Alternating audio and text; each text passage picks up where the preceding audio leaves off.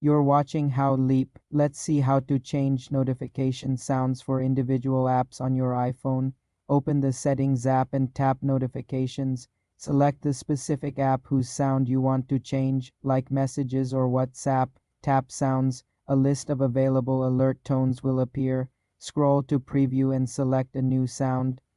You can choose from classic tones or tap tones to buy more from the store.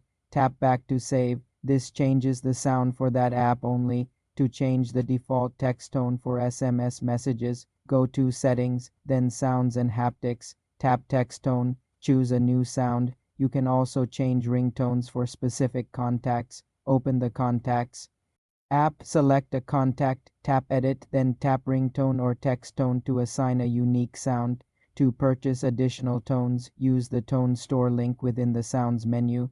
These customizations help you identify alerts without looking at your phone. Remember, app notification sounds are managed per app in the notification settings, while system sounds are in Sounds and Haptics. For more simple iPhone customization tutorials, subscribe to the channel.